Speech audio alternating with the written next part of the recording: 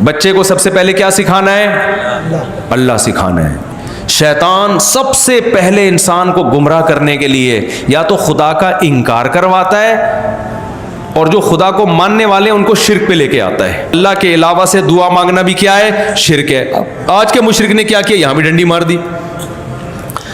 انہوں نے کہا نہیں بھائی, ہم کسی اور کی نہ عبادت کرتے ہیں اور نہ ہم دعا مانگتے ہیں. ہم نبی سے جب ہم کہتے ہیں یا رسول اللہ مدد, یا علی مدد, تو ہم دعا تھوڑی مانگ رہے ہیں, ہم تو ہیلپ مانگ رہے ہیں. کیا کر رہے ہیں ہم؟ ہیلپ. ہم جب پولیس سے کہتے ہیں پلیز ہیلپ می, تو کیا مشرک ہو جاتے ہیں؟ خوب سمجھ لو, معبود کا ایک مطلب ہے اللہ کی نظر میں.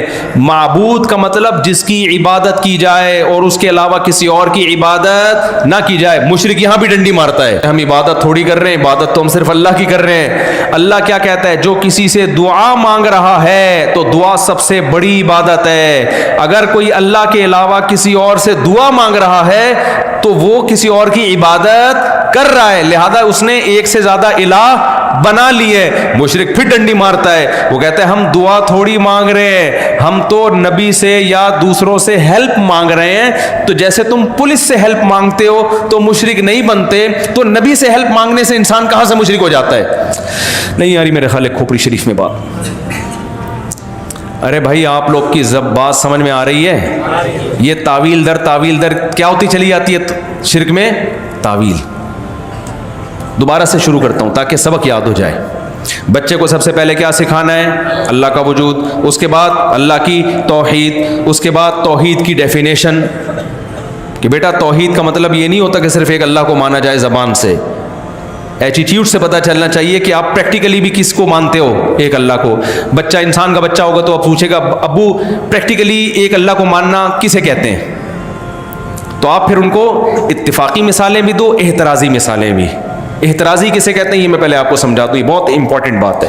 دیکھو جب بھی ہم کسی چیز کو سمجھاتے ہیں نا تو کچھ مثالیں ایسی دینی پڑتی ہیں جو اس پہ پوری اتر رہی ہوں, اور کچھ ایسی دینی پڑتی ہیں جو اس پہ نہ اتر رہی ہوں, تاکہ بچے کو سمجھ میں آ جائے کہ یہ اس میں داخل نہیں ہے. مثال کے طور پر ہم جب صرف نحو پڑھتے ہیں نا, صرف اور عربی گرامر پڑھتے ہیں, تو صرف میں یہ طلبہ کو پتہ ہے کہ جب کوئی صیغہ ہم حل کرتے ہیں تو ہم کہتے ہیں قانون پیش کرتے ہیں کہ یہ اس کی اتفاقی مثال ہے اور یہ اس کی احترازی. میں آسان زبان میں سمجھ, دیکھو قالا عربی میں ایک لفظ ہے.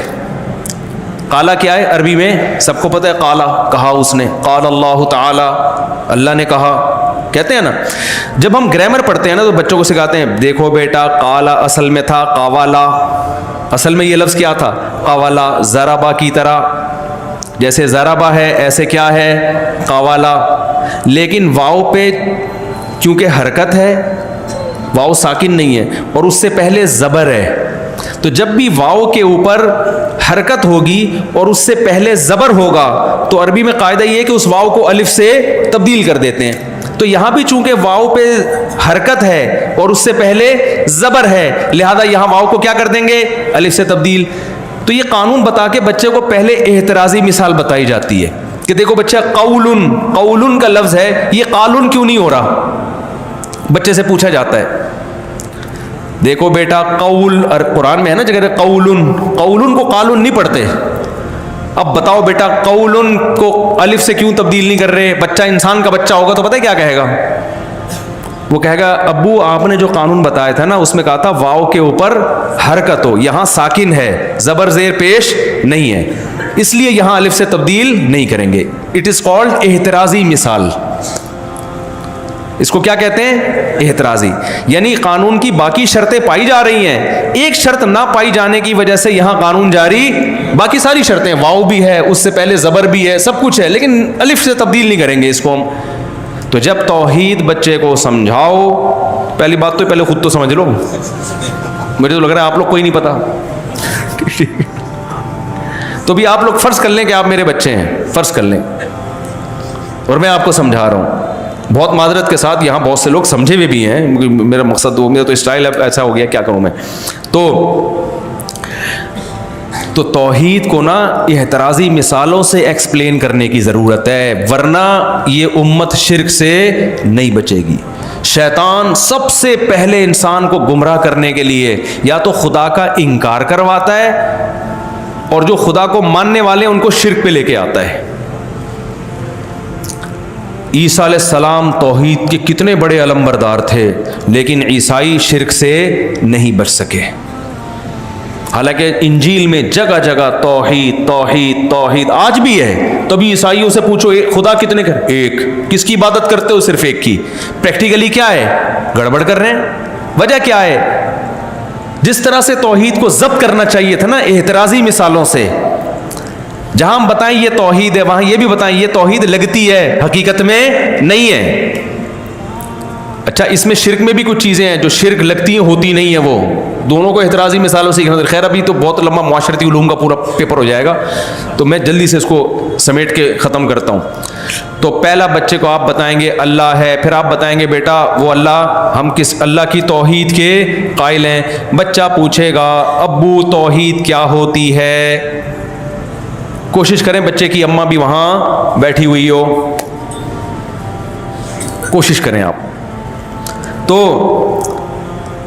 بچہ پوچھے گا کہ ابو توحید کسے کہتے ہیں؟ آپ بولو کہ توحید کا مطلب بنانے والا بھی ایک اور عبادت بھی صرف اس ایک کی جائے گی۔ اب مشرک لوگ فوراً یہاں کیا کر دیتے ہیں کہ ہم عبادت تو صرف اسی کی کرتے ہیں، ہم تو دوسروں سے دعا مانگ رہے ہیں۔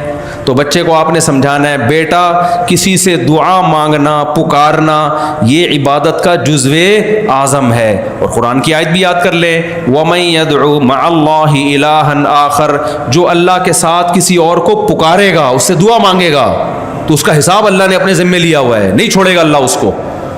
تو اس سے پتہ چلتا ہے بھائی کسی سے دعا مانگنا بھی عبادت ہے، اور اللہ کے علاوہ کسی کی عبادت کرنا یہ کیا ہے؟ شرک ہے۔ تو اللہ کے علاوہ سے دعا مانگنا بھی کیا ہے؟ شرک ہے۔ آج کے مشرک نے کیا کیا؟ یہاں بھی ڈنڈی مار دی۔ انہوں نے کہا نہیں بھائی ہم کسی اور کی نہ عبادت کرتے ہیں اور نہ ہم دعا مانگتے ہیں۔ ہم نبی سے جب ہم کہتے ہیں یا رسول اللہ مدد، یا علی مدد، تو ہم دعا تھوڑی مانگ رہے ہیں، ہم تو ہیلپ مانگ رہے ہیں۔ کیا کر رہے ہیں ہم؟ ہیلپ۔ ہم جب پولیس سے کہتے ہیں پلیز ہیلپ می، تو کیا مشرک ہو جاتے ہیں؟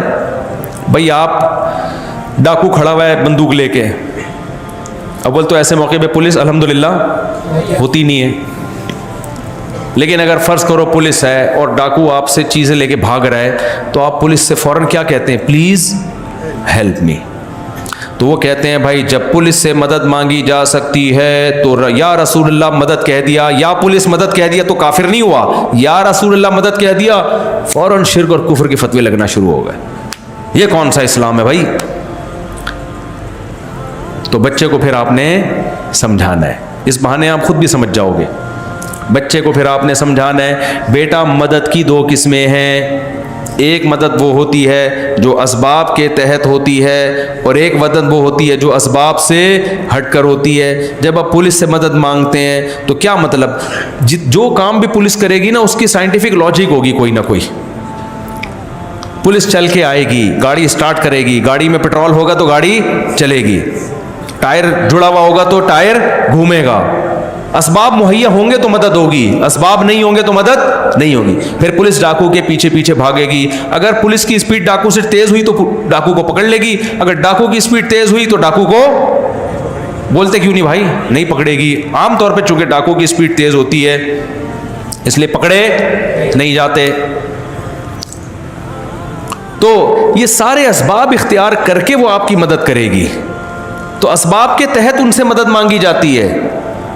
لیکن جہاں سائنٹیفک لاجک نہ بنتی ہو، اسباب کی دنیا میں مدد کا امکان نہ ہو، وہاں جب مدد مانگی جائے گی یہ مدد عربی میں دعا کہلاتی ہے۔ شریعت اس پکار کو کیا کہتا ہے؟ دعا۔ یہ اللہ سے ہو یا یہ اللہ کے علاوہ سے جب ہوتی ہے تو یہ شرک کہلاتا ہے۔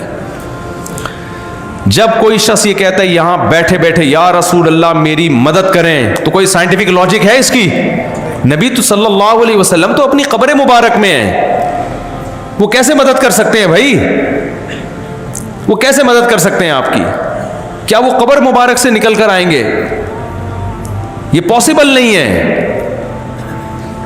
اللہ ہر جگہ ہر ایک کی سنتا بھی ہے، اور جب چاہے جس کی مدد کر بھی سکتا ہے۔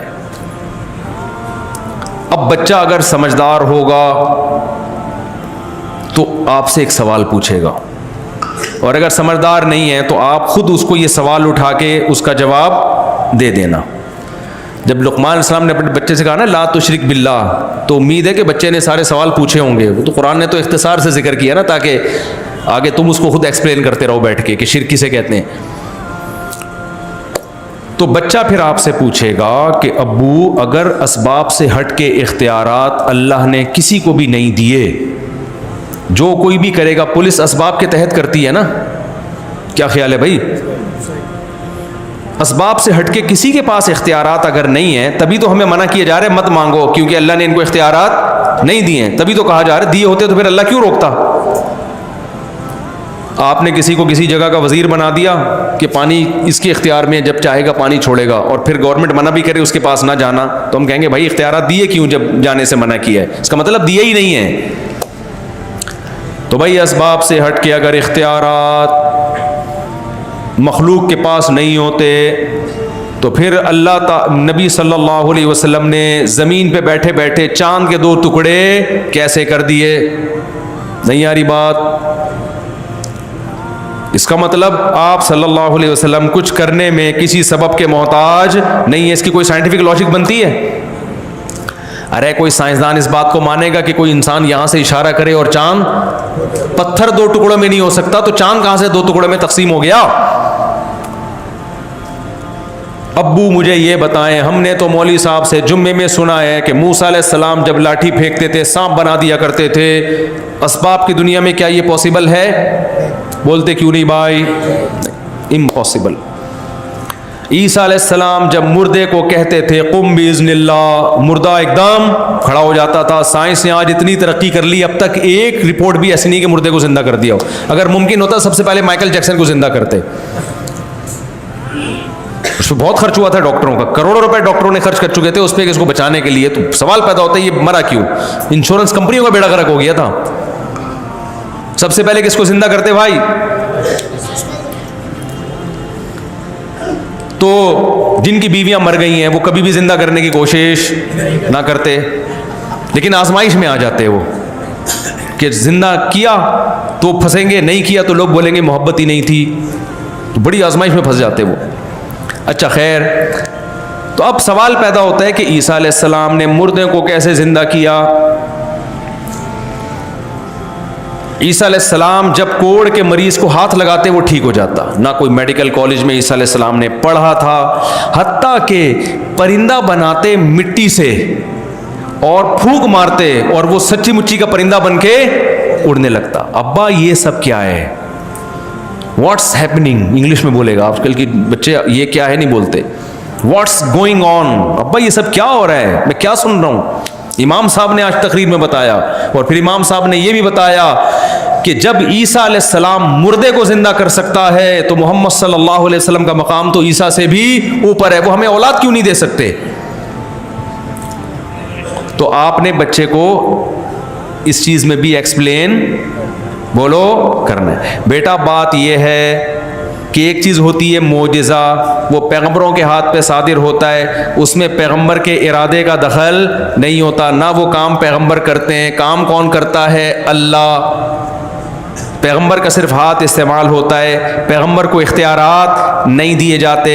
بچہ کہے گا ابا اس کی کوئی دلیل تو پیش کریں، ایسا نہ ہو آپ مجھے توحید کے نام پہ الو بنا رہے ہوں۔ اور مسجد کے جو مولوی صاحب تھے وہ صحیح مثالیں دے رہے تھے کہ موسیٰ زندہ کرتے تھے، موسیٰ لاٹھی کو پھینکتے تھے سانپ بنتی تھی، تو یہ آپ نے کہاں سے نکال دیا کہ ہو سکتا ہے اللہ نے اختیار دے دیا ہو؟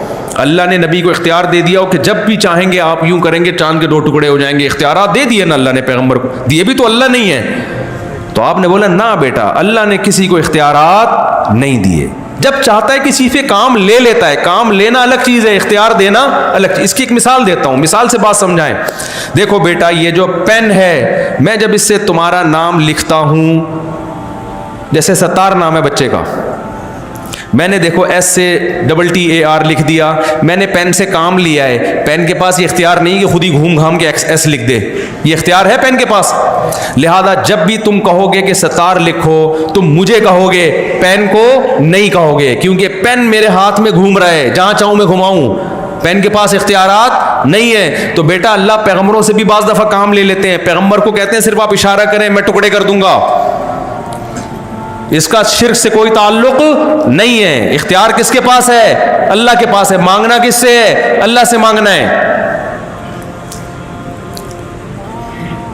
اور پھر وہ اس کو دلیل دیں آپ کہ دیکھو بیٹا اگر موسیٰ کلیم اللہ کے پاس یہ اختیار ہوتا کہ لاٹھی کو سانپ بنا دیں تو سوال پیدا ہوتا ہے سورہ طٰہٰ میں جب موسیٰ علیہ السلام اللہ سے ملاقات کے لیے گئے تو اللہ نے موسیٰ علیہ السلام سے پوچھا وما تلک بیمینک یا موسیٰ، اے موسیٰ تیرے دائیں ہاتھ میں کیا ہے؟ موسیٰ نے کہا میری لاٹھی ہے، اس سے پتے وتے جھاڑتا ہوں. اللہ نے فرمایا اے موسیٰ اس کو زمین پہ ڈال دے. القیہا یا موسیٰ، موسیٰ علیہ السلام نے زمین پہ ڈال دیا. قرآن کہتے فَإِذَا هِيَ حَيَّةٌ تَسْعَىٰ، سانپ بن کے دوڑنے لگی. موسیٰ علیہ السلام خوفزدہ ہو گئے. قرآن کہتا ہے موسیٰ علیہ السلام بھاگے وَلَمْ يُعَقِّبْ، پیچھے مڑ کے بھی نہیں دیکھا. میں نے ایک جگہ یہ بیان کیا تو نیچے کسی کی آیت کا ریفرنس دیں. ان کو خیال تھا یہ مفتی صاحب غلط باتیں کر رہے ہیں کیونکہ ان کے نظریات پہ زد پڑ رہی تھی. ارے میں پوری آیت پڑھ کے سنا رہا ہوں میرے بھائی. وَلَمْ يُعَقِّبْ قرآن کے الفاظ ہیں. موسیٰ مڑ کے پیچھے اتنے خوفزدہ ہوئے. اگر موسیٰ نے خود لاٹھی کو سانپ بنایا ہوتا تو کیا خوفزدہ ہو کے بھاگتے؟ نہیں آئی میرا خیال ہے بات کھوپڑی شریف یعنی دماغ شریف میں. تو اس کا مطلب موسیٰ کو تو اگر کوئی آدمی خود جو کرتب دکھاتا ہے وہ خود تھوڑی ڈرتا ہے. اس کو تو پتا ہوتا ہے میرا ہی کام ہے بھائی. اللہ نے فرمایا موسیٰ لا تخف انی لا یخاف لدی المرسلون. کیسی پیاری آیت ہے یار، بڑا مزہ آتا ہے پڑھنے میں.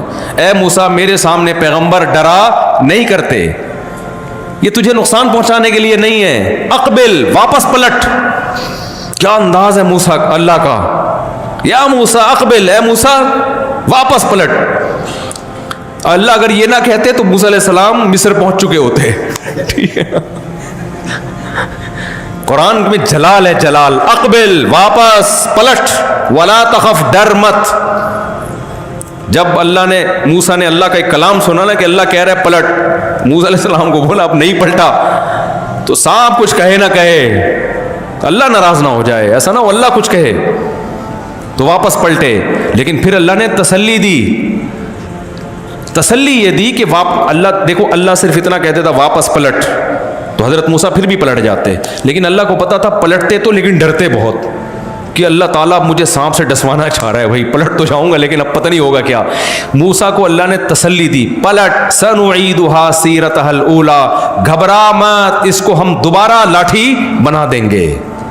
یہ سارے کام کون کر رہا ہے میرے بھائی؟ اللہ کر رہا ہے. موسیٰ کے پاس اس کے اختیارات نہیں تھے. اقبل، واپس پلٹ. سنعیدھا سیرتھا الاولی، ہم اسے واپس پرانی کنڈیشن میں لے آئیں گے، وہی لاٹھی جو پہلے تھی. اللہ نے یہ بھی نہیں کہا لاٹھی بنا دیں گے کیونکہ اس میں موسیٰ علیہ السلام کو ڈر ہوتا ہے لاٹھی تو اندر سے سانپ ہوگی اوپر سے لاٹھی لگے گی، ہو سکتا ہے.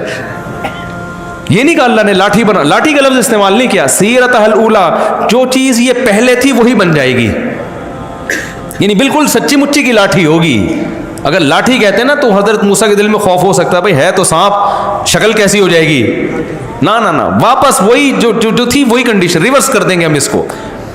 اس سے پتہ چلتا ہے میرے بھائی کہ کام کرنے والا کون ہے؟ اللہ ہے. موسیٰ کو لاٹھی کو سانپ بنانے کا اختیار نہیں تھا. تبھی آپ دیکھو جب موسیٰ علیہ السلام کے پیچھے فرعون آیا ہے اور پانی پہ آ کے رک گئے ہیں تو بنی اسرائیل نے کہا انا لمدرکون، اے موسیٰ آج تو پکڑے گئے. موسیٰ نے یہ تھوڑی کہا کہ میرے پاس تو لاٹھی ہے، میں چاہوں گا سمندر کے 2 ٹکڑے کر کے نکل جائیں گے ہم بڑے آرام سے. نہ موسیٰ علیہ السلام نے کہا بھائی کلا ان معی ربی، میرے ساتھ کون ہے؟ رب ہے، مدد کرے گا. پتہ نہیں کیسے کرے گا یہ مجھے معلوم نہیں ہے. تو اس سے پتہ چلتا ہے بھائی موسیٰ علیہ السلام کے پاس ما فوق الاسباب اختیارات نہیں تھے. اللہ نے کہا موسیٰ کو اے موسیٰ اضرب، مار تو اس پانی کو، میں اس کو بیچ سے پھاڑ دوں گا، الگ کر دوں گا. کیسا معجزہ ظاہر ہوا ہے. سارے کام کون کر رہا ہے؟ اللہ. پھر بچہ اگر بہت پڑھا لکھا ہوگا نا، انسان کا بچہ ہوگا یہاں تک سمجھ جائے گا بات کو. لیکن آج کل انسان کے بچے مارکیٹ سے کیا چل رہے ہیں؟ تھوڑی شارٹ چل رہے ہیں. ہو سکتا ہے پھر کسی کا ڈھسا ہوا ہو، پھر سوال پوچھے ابا آپ تو کہہ رہے ہیں کہ سارے کام اللہ کرتا ہے، اس لیے اللہ کہہ رہے اے موسیٰ میں اسے لاٹھی کو سانپ بنا دوں گا، میں لاٹھی کو واپس لاٹھی بنا دوں گا، میں کروں گا، آپ نہیں کریں گے. کروں گا کون؟ میں. لیکن ابا سورہ مریم میں تو کچھ اور لکھا ہوا ہے. سورہ مریم میں تو یہ لکھا ہوا ہے کہ جبریل علیہ السلام حضرت مریم کے پاس آئے اور کہنے لگے اے مریم میں فرشتہ ہوں انسان نہیں ہوں، تیرے پاس آیا ہوں لِأَهَبَ لَكِ غُلَامًا زَكِيًّا، میں چاہتا ہوں تجھے ایک نیک بچہ گفٹ میں دے دوں، اولاد دے دوں میں تجھے۔ بغیر شوہر کے عورت کو اولاد ملنا اس کی کوئی سائنٹیفک لاجک ہے؟ نہ بھائی جبریل تو کہہ رہے ہیں میں دوں گا۔ اب ہم یہاں اگر یہ تعویل کریں کہ بھائی اللہ دے رہا ہے، لیکن یہاں تو جبریل کہہ رہے ہیں کون دے رہا ہے؟ لِأَهَبَ لَكِ، میں گفٹ کروں گا۔ ہو سکتا ہے کوئی خطیب صاحب یہ تقریر میں کہیں کہ جب جبریل کسی کو اولاد دے سکتے ہیں بغیر شوہر کے، بغیر اسباب کے، تو ہم تو میاں بیوی ہیں بھائی، ہم تو صحت مند ہیں، ہم اگر کسی بزرگ سے اولاد مانگ لیں یا نبی سے اولاد مانگ لیں تو نبی کا درجہ جبریل سے کم ہے یا زیادہ؟ اور ہم تو شادی سے پہلے نہیں، شادی کے بعد مانگ رہے ہیں نبی سے اولاد، تو تم تو نبی کا درجہ معاذ اللہ جبریل سے بھی کم کر رہے ہو۔ جب جبریل اولاد دے سکتے ہیں تو پیغمبر اولاد کیوں نہیں دے سکتے؟ اور جب اللہ جبریل کو اختیار دے سکتا ہے اولاد دینے کا تو پیغمبر کو اختیار کیوں نہیں دے سکتا؟ داتا دربار کو اختیار کیوں نہیں دے سکتا؟ پیران پیر کو اختیار کیوں نہیں دے سکتا اولاد دینے کا جب جبریل کو دے رہا ہے اختیار؟ یہ ساری مثالیں نا آپ نے خود قائم کر لینی ہے، نہیں کی نا تو ادھر ادھر سے سن کے پھر ساری زندگی توحید کا بیڑا غرق ہو جائے گا ایک دن میں ایک بیان سننے۔ تو اس بچے کو پھر آپ نے سمجھانا ہے جو اب تک آدھے سے زیادہ انسان کا بچہ بن چکا ہوگا، ٹھیک ہے نا، اس کو کیا سمجھانا ہے آپ نے؟ بیٹا دیکھو یہاں پر جبریل نے اپنی طرف جو نسبت کی ہے یہ نسبت مجازی ہے، حقیقی نسبت نہیں ہے۔ ابا یہ حقیقی اور مجازی کیا ہوتا ہے؟ آپ کا تعلق لگتا ہے مرزا غالب کے خاندان سے، کیا حقیقی مجازی لگا کے رکھے ہوئی بات؟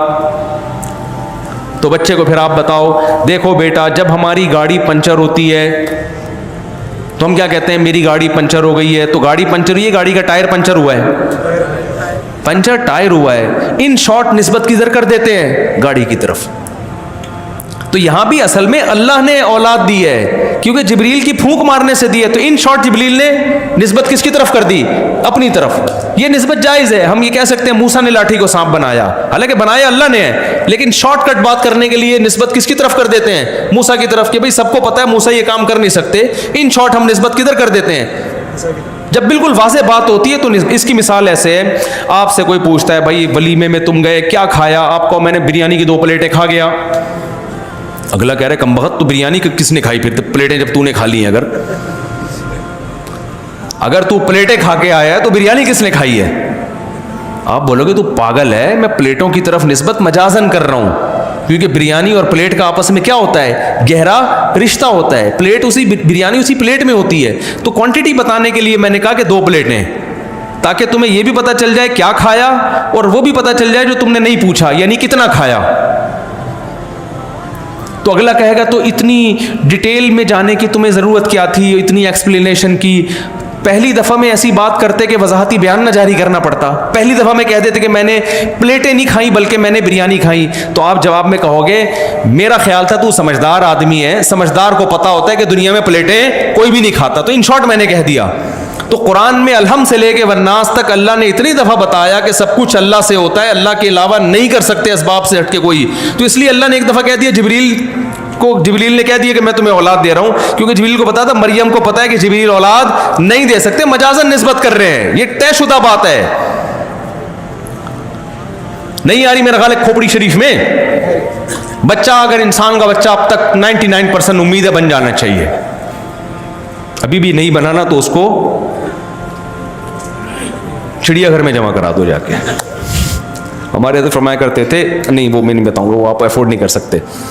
تو اب بچہ پوچھے گا ابا اگر اس کی کوئی دلیل بھی ساتھ میں آ جائے نا، اس کی کوئی مثال آ جائے مارکیٹ میں کہ قرآن نے نسبت مجازن کسی اور کی طرف کی ہے جبکہ دوسری طرف قرآن کہہ رہا ہے یہ انسانوں سے ممکن نہیں ہے، تو آپ اس کو مثال دیں قرآن کی۔ دیکھو بیٹا قرآن مجید بار بار کہتا ہے کہ کسی بھی چیز کو حلال و حرام کرنا صرف کس کا کام ہے؟ اللہ کا۔ سورہ طلاق میں اللہ نے کیا فرمایا 28ویں پارے میں؟ یا ایھا النبی لم تحرم ما احل اللہ لک، جس چیز کو اللہ نے حلال کر دیا آپ اس کو کیسے حرام کر سکتے ہو؟ تو حرام اور حلال کرنا نبی کے اختیار میں نہیں ہے، یہ کام کس کا ہے؟ اللہ کا۔ کسی اور کو یہ اتھارٹی دینا کہ وہ حلال و حرام کرے، یہ شرک کے زمرے میں آتی ہے یہ چیز۔ لیکن اس کے باوجود ایک جگہ اللہ کیا فرماتے ہیں کہ نبی کو ہم نے اس لیے بھیجا یحرم علیہم الخبائث، تاکہ نبی ان پر خبیث چیزوں کو حرام کر دیں۔ ایک طرف اللہ کہہ رہے حرام کرنا صرف اللہ کا کام ہے، دوسری طرف اللہ کہہ رہے حرام کرنا نبی کا کام ہے۔ تو بھائی یہاں حرام کرنا نبی کا کام، یہ نسبت مجازن ہے، کرے گا اللہ حرام، بیان چونکہ نبی کریں گے اس لیے نسبت کس کی طرف کر دی ہے؟ نبی کی طرف کر دی ہے۔ کھوپڑی شریف میں بات آ جانی چاہیے میرا خیال ہے۔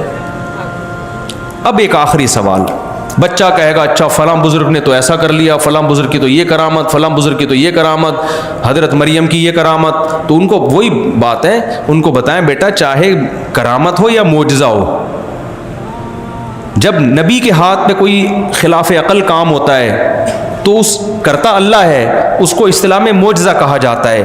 جب امتی کے ہاتھ پہ کوئی ایسا کام ہوتا ہے جو عقل سے ماوراء العقل ہوتا ہے تو وہ بھی اللہ ہی کر رہا ہوتا ہے، لیکن اس کو اصطلاح میں کرامت کہا جاتا ہے۔ کام کرنے والے دونوں کون ہیں؟ اللہ ہیں۔ نہ اس سے یہ ثابت ہوتا ہے کہ ولی کے پاس اختیارات آ گئے، نہ معجزے سے یہ ثابت ہوتا ہے کہ پیغمبر کے پاس اختیارات، تو اختیارات اللہ کے سوا کسی کے پاس نہیں ہے۔ پھر جا کے لا الہ الا اللہ کا مطلب آئے گا بچے کی سمجھ میں اور وہ مسلمان ہو جائے گا۔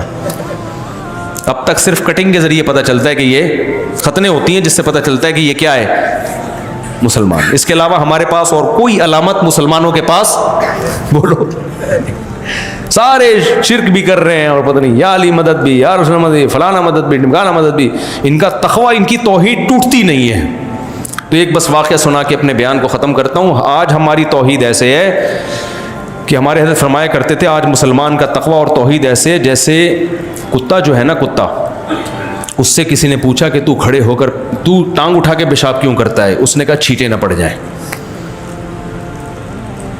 یعنی اس کا خیال یہ ہے کہ چھینٹیں پڑیں گی تو میں ناپاک ہو جاؤں گا، پیشاب کی چھینٹیں نہیں پڑیں گی تو میں ناپاک نہیں ہوں گا، گٹر کا پانی پینے سے وہ ناپاک نہیں ہوتا، سارا دن گٹر میں گھسا رہے گا وہ ناپاک بولو نہیں، کتے بلی مردار کھاتا رہے گا وہ ناپاک نہیں ہوگا، سارا دن کتوں جیسے کام کرے گا۔ وہ کتا کبھی دیکھا انسانوں جیسے کام کرتے ہوئے آپ نے؟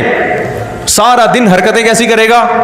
کتوں جیسی کرے گا، کھائے گا بھی مردار، بیٹھے گا بھی گندگی میں، اور ویسے تو کتا جگہ صاف کر کے بیٹھتا ہے، اتنا شعور ہے اس میں، پیے گا گٹر کا پانی، لیکن جب اس کو وہ یہ ثابت کرنے کے لیے کہ میں صفائی پسند ہوں، پیشاب کرتے ہوئے احتیاطاً ایک ٹانگ اٹھا لے۔ تو آج کا مسلمان مزاروں پہ بھی جا رہا ہے، سجدے بھی کر رہا ہے، یا اللہ مدد بھی، یا رسول اللہ مدد بھی، یا علی مدد بھی، یا غوث آدم مدد بھی، اللہ سے بھی مانگ رہا ہے، نبی سے بھی مانگ رہا ہے، بزرگوں سے بھی مانگ رہا ہے، پیروں سے بھی مانگ رہا ہے، قبروں پہ بھی جا رہا ہے، سارے کام کر کے لا الہ الا اللہ، میں اللہ کے سوا کسی۔ تو اس لیے لیلۃ القدر کو تلاش کرنا چاہیے، ہمیں متعین طور پر وہ بتائی نہیں گئی ہے، بتایا گیا تھا نبی صلی اللہ علیہ وسلم کو، لیکن آپ کو بھلا دیا گیا۔ اس میں حکمتیں ہیں، مصلحتیں ہیں۔ بڑی حکمت یہ ہے کہ اگر بتا دی جاتی تو ہم رمضان کے آخری عشرے میں پوری میں عبادت نہ کرتے، پورے سال سوتے رہتے، پورے رمضان سوتے رہتے، اور خاص اس رات کو کچھ اللہ اللہ کر لیتے، اور یہ بھی خطرہ تھا بتا دی جاتی تو اس میں گناہ کا عذاب بھی 1000 گنا، سینکڑوں گنا بڑھ جاتا، پھر حجت تمام ہو جاتی، پھر کوئی گناہ گار یہ نہیں کہہ سکتا تھا کہ بھائی مجھے کیا پتہ تھا آج لیلۃ القدر ہے، تو بڑا عذاب آ سکتا تھا اللہ کا، کوئی اس رات میں گناہ کرتا۔ تو اس لیے اللہ کی حکمت نے اس بات کا تقاضا کیا کہ اس رات کو چھپا دیا جائے۔ اب امکانات ہیں، پہلی بات تو رمضان میں ہوگی، اتنی بات تو تقریباً یقینی ہے، دوسری بات رمضان کے آخری عشرے میں ہوگی، یہ بھی تقریباً یقینی ہے۔ اب آخری عشرے میں پھر ہمیں یقینی نہیں بتایا کون سی رات، یہ بتا دیا گیا کہ طاق راتوں میں، یعنی 21ویں رات، 22ویں رات، 23ویں رات، 24ویں، 25ویں، 27ویں اور 29ویں، ان راتوں میں امکان زیادہ ہے، اور بعض حضرات کے نزدیک 27ویں میں امکان اور بھی زیادہ ہے، بعض حضرات کا موقف ہے، لیکن یقینی بات نہیں ہے۔ تو طاق راتوں میں یعنی کوشش تو کریں رمضان کے آخری عشرے میں عبادت کریں، ورنہ کم سے کم آخری درجہ کیا ہے کہ رمضان کی طاق راتوں میں خود بھی نماز، تلاوت اور دعا میں دل لگائیں، اور اپنے گھر والوں کو بھی نمازوں اور تلاوت میں لگائیں، دعاؤں کو، بچوں کو بھی لگائیں، اٹھایا کریں رات کو جا کے کہ بیٹا اٹھو، تھوڑا اللہ اللہ کر لو، نماز پڑھ لو، کچھ اللہ سے دعائیں مانگ لو۔ دعا کو بہت فوکس کرنا چاہیے، آج کل دعاؤں کو چھوڑ دیا بالکل، حالانکہ سب سے بڑی عبادت ہی دعا ہے۔ دعا میں اللہ اور بندے کا جو کنیکشن ہوتا ہے نا، وہ نماز میں بھی نہیں بنتا، وہ تلاوت میں بھی نہیں بنتا، وہ جو تعلق بنتا ہے نا اللہ اور بندے کا دعا میں، وہ کسی عبادت میں نہیں بنتا۔ تلاوت کا مطلب تو یہ کہ اللہ آپ سے کیا کہہ رہا ہے وہ سن لیں آپ، اس میں تو یہ فائدہ ہوتا ہے، لیکن دعا میں تو آپ اللہ سے تعلق بڑھاتے ہیں نا، آپ اللہ سے مانگتے ہیں۔ تو اس لیے ان راتوں میں خوب گڑ گڑا کے لمبی لمبی دعائیں مانگنے کا معمول بنائیں۔ اعتکاف والے ساتھی بھی بیٹھ جائے کریں اکیلے میں، کہیں کچھ کر لیں، اللہ اللہ سب کچھ مانگ لیں، یہ سوچ کر کہ جو مانگیں گے اللہ ہمیں وہ دے گا۔ جب انسان مانگتا ہے نا، پتہ نہیں ملے گا نہ ملے، تو پھر ملتا نہیں ہے۔ اللہ کہتا ہے جب تیرا میرے بارے میں یہ نظریہ ہے کہ میں دیتا ہی نہیں ہوں، تو پھر مانگتا رہے بیٹھ کے، میں نہیں دوں گا۔ اللہ میں استغنا بہت ہے، اللہ کا معاملہ یہ ہے کہ اللہ میں استغنا بہت ہے۔ اللہ کے سامنے جھکو گے تو وہ چپڑ پھاڑ کے دے گا، تھوڑی سی بھی اکڑ دکھاؤ گے تو پھر اللہ کا کچھ نہیں بگاڑ سکتے، پھر خود ہی رلتے رہو گے، ساری زندگی برباد ہوتے رہو گے۔ جیسے نبی صلی اللہ علیہ وسلم نے ایک بوڑھے کو بخار میں دیکھا، فرمایا کہ طہور، یہ بخار تمہارے گناہوں کو معاف کرے گا، خیر برکت کا ذریعہ ہے۔ وہ بیچارہ کہیں غصے میں تھا، اس نے کہا یہ ایک بڈھے کو تنگ کرنے کے لیے آیا ہے۔ آپ نے فرمایا اب ایسا ہی ہوگا، یہ گناہوں کی معافی کا ذریعہ اب نہیں بنے گا۔ تو دعا میں مانگیں یہ سوچ کر کے یقینی طور پر اللہ میری دعا کو قبول کرے گا، تو اور بار بار مانگتے رہیں۔ مانگیں کیا، یہ بڑی پرابلم ہے، یہ بڑا مسلمان کے ساتھ مسئلہ ہے۔ بھائی بڑی بڑی چیزیں مانگیں اللہ تعالیٰ سے۔ سب سے بنیادی ضرورت ہماری کیا ہے؟ فَمَنْ زُحْزِحَ عَنِ النَّارِ وَأُدْخِلَ الْجَنَّةَ فَقَدْ فَازَ، جسے جہنم کی آگ سے بچا لیا گیا اور جنت میں داخل کر دیا گیا، وہ ہے اصل کامیاب۔ تو یہ مانگو اللہ تعالیٰ سے، اے اللہ مجھے جنت مانگنے کا مطلب پتہ ہے کیا ہوتا ہے؟ یہ نہیں ہوتا کہ میں انہی بدماشیوں میں رہوں لیکن آخرت میں مجھے معاف کر کے جنت میں داخل کر دینا، یہ قطعاً مطلب نہیں ہے۔ جنت مانگنے کا مطلب یہ ہے کہ اے اللہ وہ کاموں کی توفیق دے دے جن کی وجہ سے جنت ملتی ہے، کیونکہ یہ تو بہت کفر ہے ایک طرح کا کہ میں رہوں ایسے ہی، اور یعنی یہ تو گویا اللہ کی آیات کا مذاق اڑانے والی بات ہو گئی۔ تو ہدایت مانگے، ہدایت، سیدھا راستہ، ایسا راستہ کہ جس پہ چل کے کیا ملتی ہے؟ جنت، اس راستے پہ چلا دے، یہ سب سے زیادہ مانگا کریں۔ اور جو دین کے کام میں لگے ہوئے ہیں، مبلغین ہیں، علماء ہیں، دینی مدرسے کے طلباء ہیں، وہ ایک اور دعا بہت زیادہ مانگا کریں، کیونکہ ان کو صرف جنت تھوڑی چاہیے، ان کو تو یہ چاہیے کہ ہمیں اللہ نے پیغمبروں کا وارث بنایا ہے، تو ہم سے اے اللہ تو دین کا کام بہت زیادہ لے لے، جو ہمارا مقصد ہے، ہمارا ہدف ہے۔ اگر ایک عالم کاروبار کامیاب کر کے چلا گیا تو یہ کون سا تیر مار لیا اس نے، یہ کوئی اس کا اصل کام تھوڑی تھا۔ ایک عالم شادی کر کے 4 شادیاں کی اور دھڑا دھڑ بچے پیدا کر کے دنیا سے چلا گیا، کام تو یہ بھی اچھا کیا اس نے، لیکن یہ اس کا اصل ہدف، یہ تو کوئی بھی کر سکتا ہے۔ یہ تو ابو ظہبی کے جو سابق بادشاہ تھے ان کے میرے خیال ہے 100 کے قریب کہا جاتا ہے بیٹے بیٹے تھے ان کے، دھڑا دھڑ شادیاں کی انہوں نے۔ وہ لوگ تو پھر طلاقیں دے دے کے بھی کرتے رہتے ہیں نا عرب بادشاہ، انہیں کوئی نہیں پوچھتا کہ طلاق دے بھی ہم تو آپ اور نہیں، یہ حرکت شروع کر دینا، پٹو گے بہت برے طریقے سے، اور ویسے بھی شریعت میں پسندیدہ کام نہیں ہے طلاق دینا، لیکن عرب لوگوں کے پاس پیسہ بہت ہے، وہ بھائی ایک بیوی کو طلاق دی ہے، بھائی بنگلہ دے دیا، وہ خوش ہوتی ہے، چل بھائی بنگلہ ملا، پھر ایک اور شادی کی، تو ان کے ہو جاتے ہیں 100۔ تو عالم کا اصل کام کیا ہے؟ اللہ اس سے دین کا کام لے لے۔ جیسے پیغمبروں کو دنیا میں بھیجا گیا دین کی خدمت کے لیے، وہ اگر وہی نہ کریں تو پھر ان کا مقام اور مرتبہ ہے؟ ظاہر ہے ان کا مقام کس لیے؟ دین کی خدمت. تو جو دینی مدرسوں کے طلباء ہیں، علماء ہیں، ان کا تو یہ فرض ہے کہ اتنا مانگے اللہ سے کہ اللہ ہماری صلاحیتیں ضائع نہ ہوں، تو ہم سے دین کا بہت زیادہ کام لے لے. ایک عامی آدمی بھی یہ دعا مانگ سکتا ہے، لیکن طلباء اور علماء کے لیے اس کی اہمیت زیادہ ہے.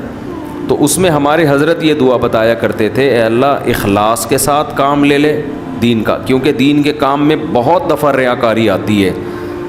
کام دین کا ہوتا ہے لیکن پھر آدمی کی اپنی انا شامل ہو جاتی ہے، اپنی پبلسٹی، میں بڑا بن جاؤں، میری پروموشن ہو، مجھے لوگ واہ واہ کریں، یہ نفس کی خواہش اس میں کیا ہوتی ہے؟ شامل. اور اس سے دین کا کام تو ہو جاتا ہے، آپ کو قیامت کے دن ٹکے کا بھی اجر نہیں ملتا.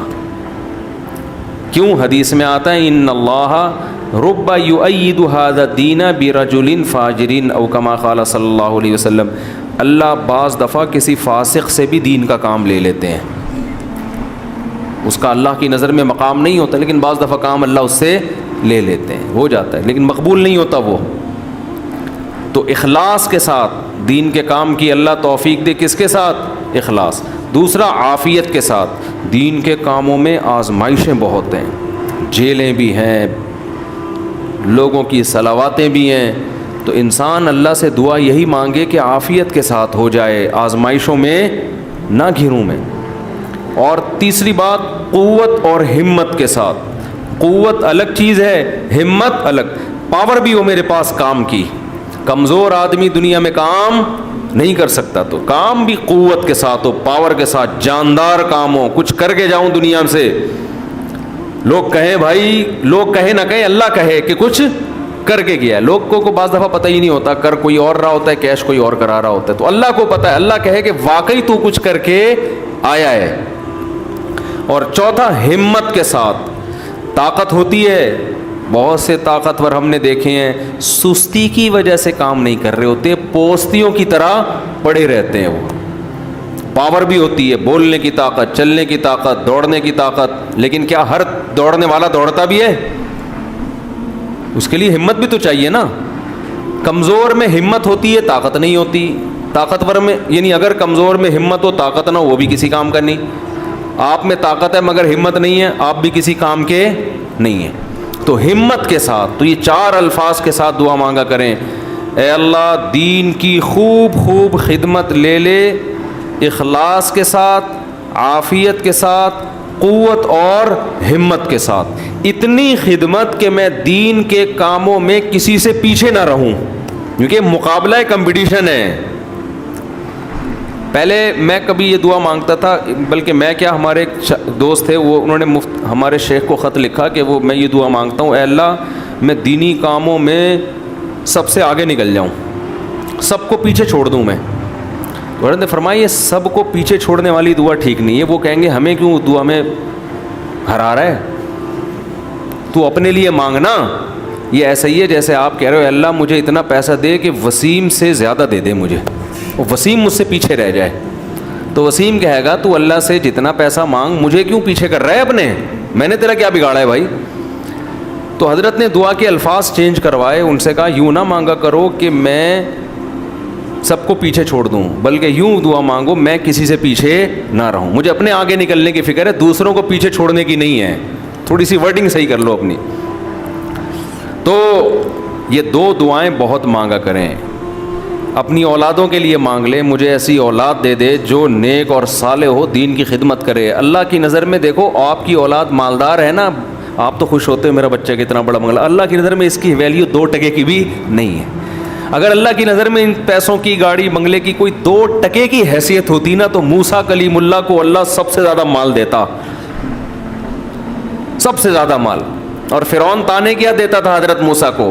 مسکین، اس کے ہاتھ میں سونے کے کنگن نہیں ہیں، میرے ہاتھ میں سونے کے کنگن، میرے پاس باغات جن کے نیچے نہریں بہتی ہیں، موسیٰ کے پاس کچھ بھی نہیں ہے، مسکین.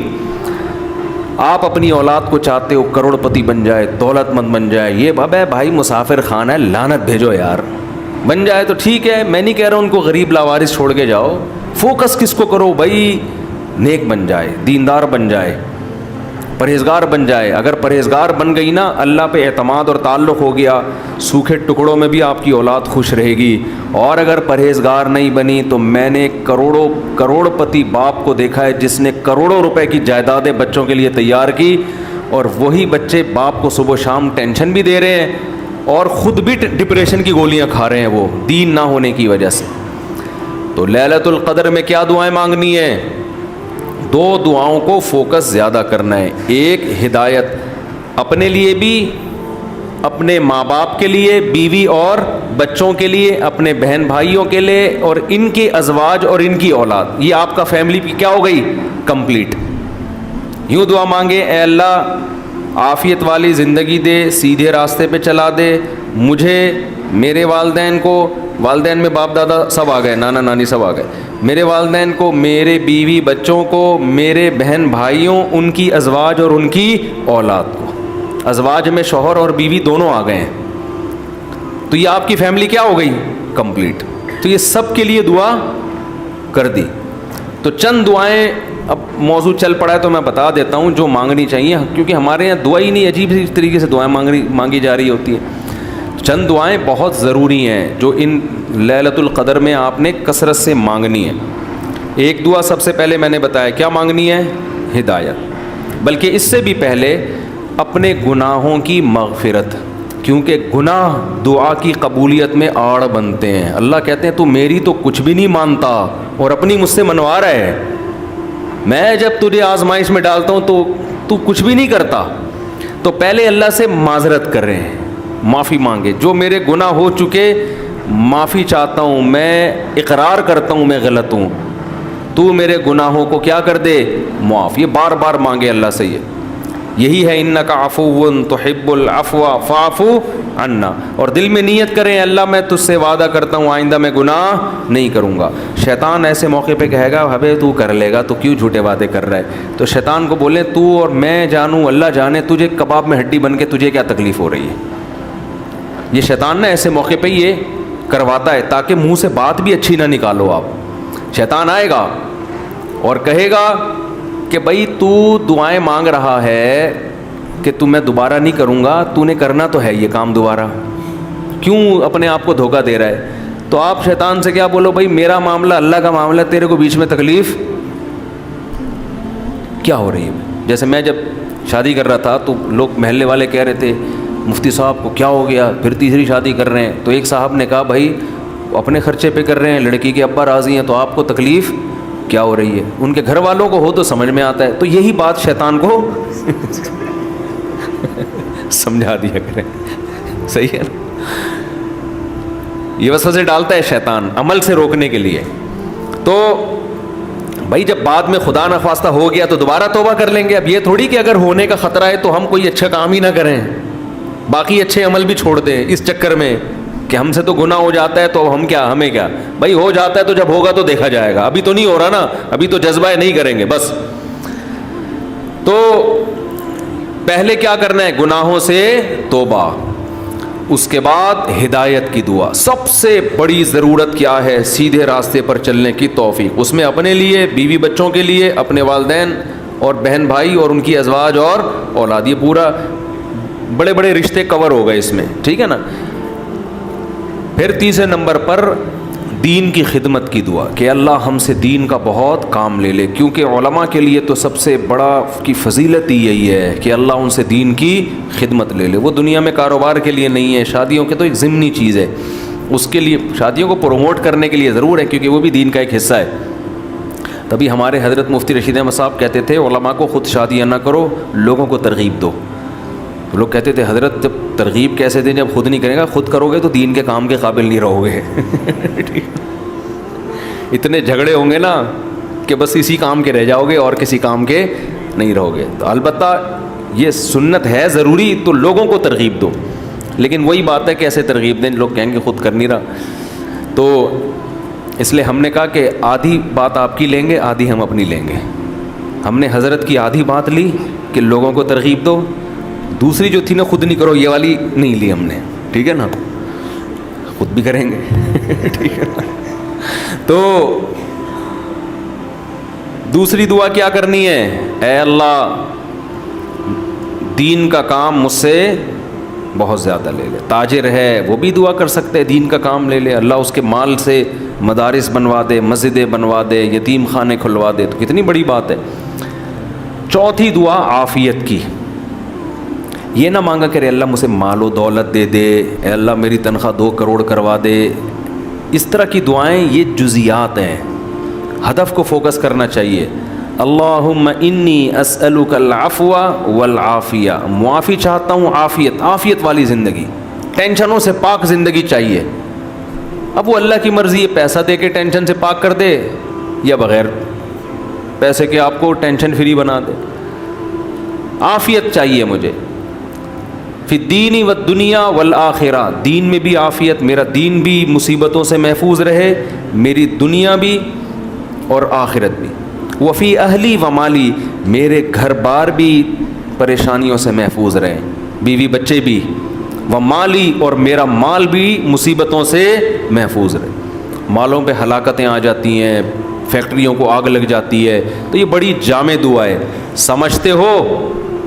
اس کے بعد ایک دعا اللہ سے اور مانگ لو. شادی شدہ آدمی کے لیے گھر ایک بڑی ٹینشن ہوتا ہے نا, وہ کہہ سکتا ہے کہ میں اللہ سے مصیبت سے پناہ مانگ رہا ہوں, تو مصیبتیں تو میں نے گھر میں خود پالی ہوئی ہیں. شادی شدہ لوگ, بعض لوگوں کی یہ رائے ہوتی ہے, تو یوں دعا مانگو, ربنا ہب لنا من ازواجنا وذریاتنا قرۃ اعین, اے اللہ ہمیں ہماری ازواج یعنی بیویوں اور اولاد کی طرف سے آنکھوں کی ٹھنڈک. یہ دعا عورت بھی مانگ سکتی ہے, کیونکہ زوج کا لفظ بیوی پر بھی اور شوہر پر بھی. آنکھوں کی ٹھنڈک دے, ان کو ہماری آنکھوں کی ٹھنڈک بنا دے. جب ہم گھر آئیں تو خوشی ہو, میری وائف بیٹھی ہوئی ہے ماشاءاللہ, میرے بچے بیٹھے ہوئے ہیں, خوشی ہو. یہ نہ ہو کہ جب گھر آئے تو پتہ چلا بیگم میکے گئی ہوئی ہے, تو خوشی سے پاگل ہو جائے آدمی, جیسے کہ آج کل ہو رہا ہے. وہ ٹک ٹاک پہ آتے تھے نا پہلے, اب تو پتہ نہیں موقع ہی نہیں ملتا دیکھنے کا. وہ ایک آدمی کا دکھایا, اس کی بیوی میکے جا رہی ہے, تو وہ بڑا پریشان نہ کہ یار جا رہی ہے, کوئی افسوس ہوا, اور ادھر منہ کر کے خوشی سے ناچ رہا ہے. ٹھیک ہے نا, تو یہ کنڈیشن نہ ہو. اے اللہ ہمارے گھر والوں کو اور اولاد کو ہمارے لیے آنکھوں کی ٹھنڈک. آنکھوں کی ٹھنڈک کا یہاں مطلب یہ ہے کہ ان کو نیک بنا دے. ان کو کیا بنا دے؟ نیک شریف شرفا, نماز روزے میں لگے ہوئے ہوں, گھر جاؤ تلاوت کا ماحول ہو, دعاؤں میں لگے ہوئے ہوں, تلاوت کر رہے ہوں. تو جس کی فطرت صحیح ہو اسے یہ عمل دیکھ کر اس کی آنکھیں کیا ہو جاتی ہیں؟ ٹھنڈی.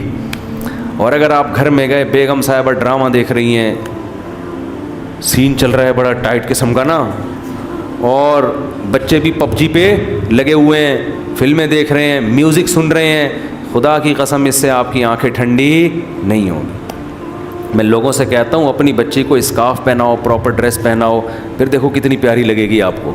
اور آپ اس اسکارف جو ہے نا, اور اسکرٹ پہنا دو, سلیو لیس کپڑے پہنا دو, آپ کو وہ آنکھوں کی ٹھنڈک نہیں لگے گی. گھر کا ماحول دینی ہو, طہارت کا, نماز کا, تلاوت کا, معمولات کا. تبلیغ والے کروا دیتے ہیں, اپنی عورتوں کو تبلیغ میں وقت لگواؤ گے تو گھر میں یہ معمولات شروع ہو جائیں گے. تبلیغ میں بڑی جان ہے.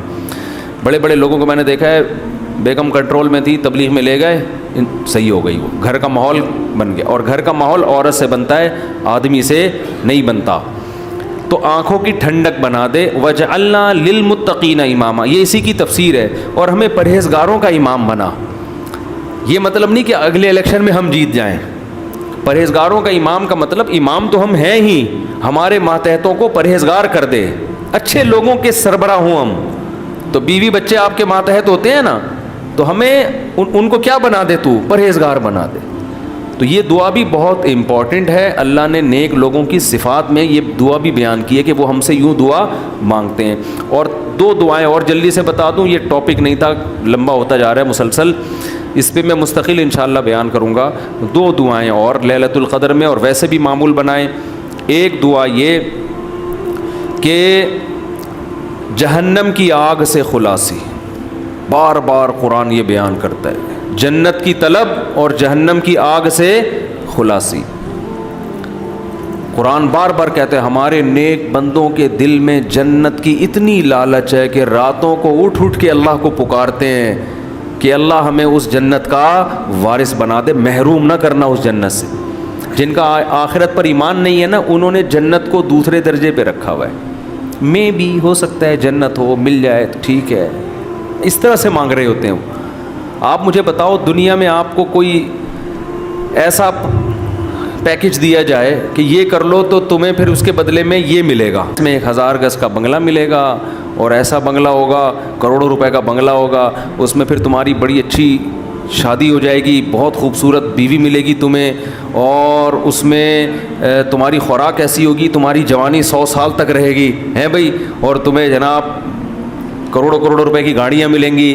یعنی جنت کے 10ویں حصے کی بات اگر ہم سے کی جائے دنیا میں، تو میرا خیال ہے سارا دن اس کی تلاش اور طلب کے علاوہ ہمارا کوئی کام نہیں ہوگا، کیونکہ یقین ہے نا، اس دنیا کو دیکھا ہوا ہے، آخرت کو دیکھا نہیں ہے۔ تو اللہ تعالیٰ کہتے ہیں کہ ہمارے نیک بندے راتوں کو اٹھ کے اللہ سے کیا مانگتے ہیں؟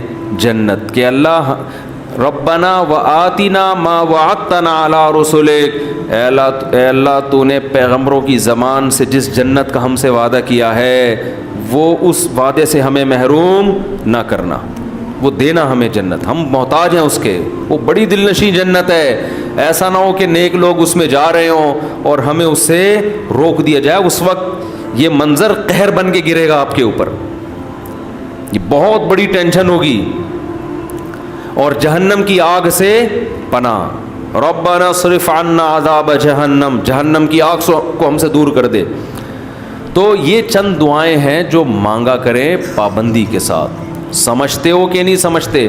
اور ایک آخری دعا، اگر آپ کے والدین دنیا سے جا چکے ہیں یا آباء و اجداد کوئی بھی جا چکے ہیں، ان کی مغفرت کی دعا، ان کو بھولنا، جن میں والدین تو بہرحال وہ تو زندگی بھر نہیں بھولنا ان کو، جب مغفرت کی دعا تو سب سے پہلے اپنے والدین کے لیے الگ الگ مانگا کرو، باپ کے لیے الگ اور ماں کے لیے الگ، ہول سیل کے حساب سے نہ مانگا کرو۔ بعض لوگ ہول سے، یا اللہ جتنے بھی مرحومین دنیا سے جا چکے ہیں سب کی مغفرت فرما دے، تو مرحومین میں ابا بھی آ گئے، اماں بھی آ گئے، نانی بھی آ گئی، دادی بھی، سب ہول سے، دعاؤں میں ہول سیل نہیں چلتا، نام لے لے کے اس میں زیادہ خشوع خضوع پیدا ہوتا ہے، سمجھتے ہو؟ اب ظاہر ہے سارے مرحومین کا تو نام لے نہیں سکتا نا، تو خود ہی مرحومین میں داخل ہو جائے گا تھوڑی دیر میں، تو چند اسپیسیفک مرحومین کا نام لے کے پھر ہول سیل کے حساب سے کہ جتنے دنیا سے مسلمان جا چکے ہیں اللہ مغفرت کرے، تو یہ کام ضرور کرنا چاہیے لیلۃ القدر میں۔ اور لیلۃ القدر میں مخصوص عبادت ثابت نہیں ہے، یہ جو چل رہا ہوتا ہے نا کہ پہلی رکعت میں یہ سورت پڑھیں، پھر یہ سورت پڑھیں، پھر یہ سورت پڑھیں، یہ سب چیزیں غیر ثابت ہیں، بدعت ہیں، ان سے اجتناب کریں، تمام دوائیں بچوں کی پہنچ سے دور رکھیں، تمام بدعتیں اپنی اور بچوں کی پہنچ سے دور رکھیں۔ تو لیلۃ القدر میں آپ سمپل نماز پڑھیں، زیادہ سے زیادہ دعا مانگیں، اور تسبیحات ہیں، تلاوت ہے، یہ کام کریں، سمجھتے ہو؟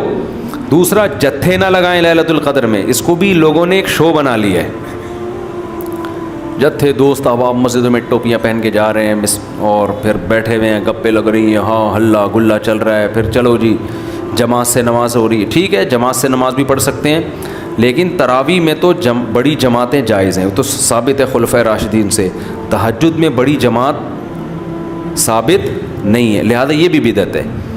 تراویح بھی تو ثابت ہے نا، اس میں تو جتنے پوری مسجد بھر جائے، لیکن تہجد میں اس طرح تداعی کہ اتنے لوگوں کو اکٹھا کرنا کہ قاری صاحب تہجد پڑھا رہے ہیں سب لوگ آ جاؤ، یہ نبی سے ثابت نہیں ہے، جب ثابت نہیں ہے تو جائز بھی نہیں ہے۔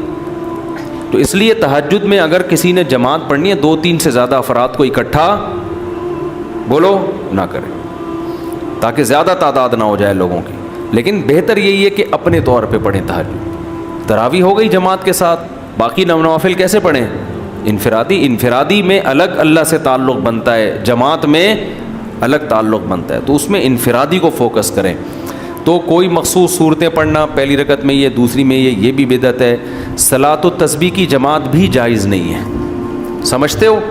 صلاۃ التسبیح انفرادی طور پر تھوڑا سا اختلافی مسئلہ ہے، جمہور علماء کے نزدیک سنت ہے، بعض کچھ علماء ایسے بھی گزرے ہیں جو صلاۃ التسبیح کو نہیں سنت مانتے، وجہ اس کی یہ کہ وہ کہتے ہیں اس بارے میں کوئی بھی صحیح حدیث موجود نہیں ہے، لیکن چونکہ روایات کی کثرت ہے اور کثرت سے جب روایات ہوتی ہیں تو درجہ حسن تک حدیث پہنچ جاتی ہے. اس بیس پر بہت سے علماء کی رائے یہی ہے کہ پڑھ لینی چاہیے. تو جو اختلافی مسئلہ ہو اس میں اگر کوئی بھی رائے رکھتا ہے تو اس میں شدت جائز نہیں ہے. سمجھتے ہو کہ نہیں سمجھتے؟ تو اچھا، میرا موقف چونکہ یہ والا ہے جو ابن تیمیہ رحمہ اللہ کا موقف تھا، تو میں کیا، میری اوقات کیا، بعض بڑے علماء کا بھی وہی موقف ہے، تو اس لیے تو میں بھی اسی موقف کو مانتا ہوں. لیکن کوئی فتویٰ میں یہی دیتا ہوں جو جمہور کا ہے کہ بھئی ٹھیک ہے، جو مفتیٰ بھی قول تو یہی ہے کہ پڑھ لینا چاہیے. عبداللہ بن مبارک، علامہ ناصر الدین البانی رحمہ اللہ نے اس مسئلے میں عبداللہ بن مبارک کی تقلید کی ہے. ان کی نظر میں بھی اس بارے میں کوئی حدیث صحیح نہیں ہے، لیکن چونکہ عبداللہ بن مبارک سے اس کی سنیت منقول ہے تو انہوں نے اس مسئلے میں تقلید کی ہے. کس کی؟ عبداللہ ابن مبارک کی، کہ اتنے بڑے آدمی پڑھتے تھے تو ٹھیک ہے. تو خیر کہاں سے لمبی بات چلی گئی. تو لیلۃ القدر میں دعائیں مانگنی ہیں اور گناہوں سے معافی. تو گناہوں سے معافی میں گناہ دماغ میں ہوں گے تو معافی مانگے گا نا. تو پہلے اپنے گناہوں کے بارے میں سوچنا بھی ہے کہ میرے اندر خرابیاں ہیں کیا. تو دیر آر 2 types آف خرابیز. خرابیوں کی کتنی قسمیں ہیں؟ 2. ایک اللہ سے معاملہ ٹھیک نہیں ہے، ایک اللہ کے بندوں سے. تو اللہ سے جو معاملہ ٹھیک نہیں ہے، فرض نماز آپ کے ذمے، روزے آپ قضا کر رہے ہیں، بد نظری کر رہے ہیں، سود کھا رہے ہیں، زنا کر رہے ہیں، انٹرنیٹ پر فحش فلمیں دیکھ رہے ہیں، داڑھی کاٹ رہے ہیں اور ازار ٹخنوں سے نیچے رکھتے ہیں اور زکوٰۃ نہیں دیتے. یہ سب کس کے حقوق ہیں؟ اللہ کے. حج نہیں کیا، فرض ہوا ہوا ہے آپ کے اوپر. اور مخلوق کے حقوق کیا ہیں؟ سب سے پہلے دیکھنا ہے وراثت تو پھوڑ پھاڑ کے نہیں بیٹھا ہوا میں کہیں. ابا کا انتقال ہو گیا، ایسا تو نہیں میں کسی کا حصہ کھا رہا ہوں. بہن کے حقوق میں آتا ہے نا، وراثت پھوڑ پھاڑ کے بیٹھا ہوا ہے تو وہی سب سے پہلے بہن کی وراثت اس کے حوالے. بڑا بھائی ہے تو چھوٹے بھائیوں کا حق تو نہیں کھا رہا. سمجھتے ہو؟ تو مخلوق میں سب سے پہلے مالی حقوق ہیں. پھر دیکھو قطع ایسا بیان جو دل کے زخم تازہ کر دے گا. ہمارے اس چینل کو سبسکرائب، لائک، شیئر، کمنٹ لازمی کیجیے. ہماری ہر آنے والی ویڈیو بآسانی آپ تک پہنچ سکے. یہ بیان آپ کی پوری زندگی بدل دے گا. ہمارے اس چینل کو سبسکرائب، لائک، شیئر، کمنٹ لازمی کریں. ہماری ہر آنے والی ویڈیو بآسانی آپ تک پہنچ سکے.